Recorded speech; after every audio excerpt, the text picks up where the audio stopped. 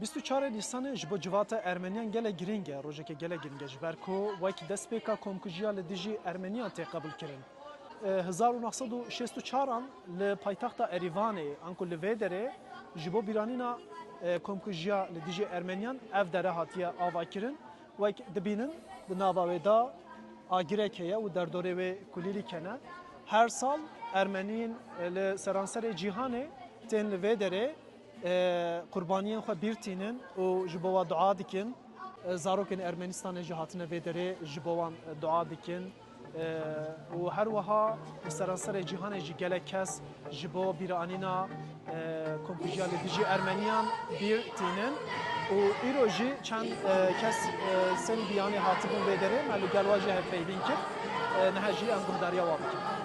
We came here because we know about the Turkey genocide. I think it happened during the First World War in 1950.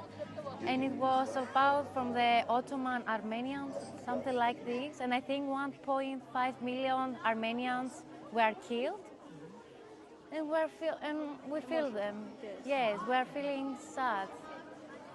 You feel here, you feel. We're feeling. We can feel the pain. Yes, they feel in the past. So that's why we came here to see about the history and learn more About this.